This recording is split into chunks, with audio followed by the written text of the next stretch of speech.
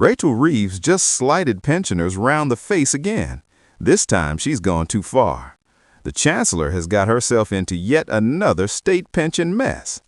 Hello, observers. Welcome to UK Pulse Daily. However, please do not forget to like and subscribe for further updates about UK politics today if you're new then. I've formerly written doubly about the chaos Rachel Reeves has created by enduring tootie thresholds while letting the state pension rise under the triadic cinch. This will punish aged pensioners. I concluded in my last piece that she dug a hole for herself.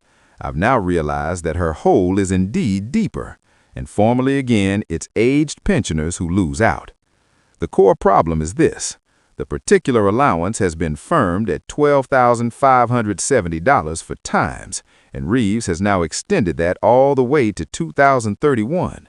Come time April 2027, the new state pension will exceed the particular allowance and will be incontinently taxable for anybody who gets the full quantum.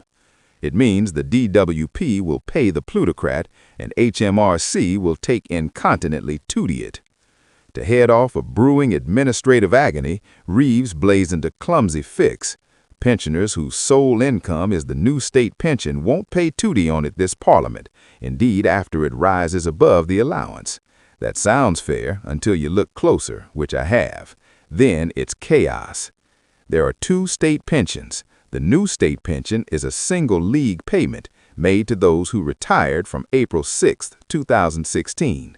Still, around 8 million who retired before that date get the Brady state pension, which may also be outgunned up by Erupts or the state alternate pension. Under what Reeves laughably calls her simple workaround, this additional state pension will remain taxable. So we now have a two-league system where a skim of the state pension-aged retirees admit is taxed when it is not for more recent pensioners. That was bad enough. It gets worse. Every time the new state pension rises under the triadic cinch, it goes up by earnings, inflation, or 2.5, whichever is loftiest. The Brady state pension also benefits from the triadic cinch, so aged pensioners feel some of the downside. But additional state pension does not. Erupts and S2P are uprated only in line with inflation, using the Consumer Price Index figure from the previous September. There is no earnings link and no 2.5 floor. They don't get the same guarantee. It's a weird anomaly that should have been fixed times ago. Rather, it's been allowed to fester to the detriment of aged pensioners. That hasn't signified much recently because inflation has been higher than both wages and 2.5, but it matters now. This April, both the new and Brady state pensions will rise by 4.8, in line with last time's earnings growth. Additional state pension will rise just 3.8, reflecting September's inflation figure. And now Reeves has piled another problem on top. Of course she has. Her tootie flub makes this imbalance even more dangerous. Inflation is anticipated to slide to around $2 this year. That's below the triadic cinch floor of 2.5. As a result, both the new and Brady state pensions will rise by at least 2.5 in April 2027, and conceivably more if earnings are higher. Additional state pension will rise only with inflation, so potentially by just $2, perhaps less. This is the alternate hit for aged pensioners courtesy of the Chancellor. Not only do they face a lower increase to their additional state pension, but every penny of it counts towards taxable income.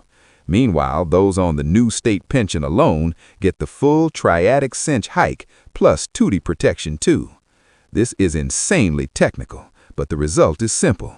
Aged pensioners look set to get a lower rise and potentially pay further tootie on it. The sheer complexity of our state pension system is absurd. Reeves has blundered in and made it worse by exempting one part of the state pension from tootie while charging another. It's a monstrosity. The only saving grace for Reeves is that many aged pensioners won't understand what she's done.